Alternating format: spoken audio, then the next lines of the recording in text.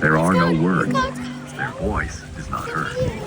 Their message has gone out to the whole earth, and their words to the ends of the world. In the heavens he has pitched a tent for the sun.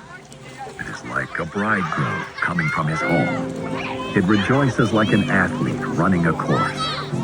It rises from one end of the heavens and circles to their other end. Nothing is hidden from its heat.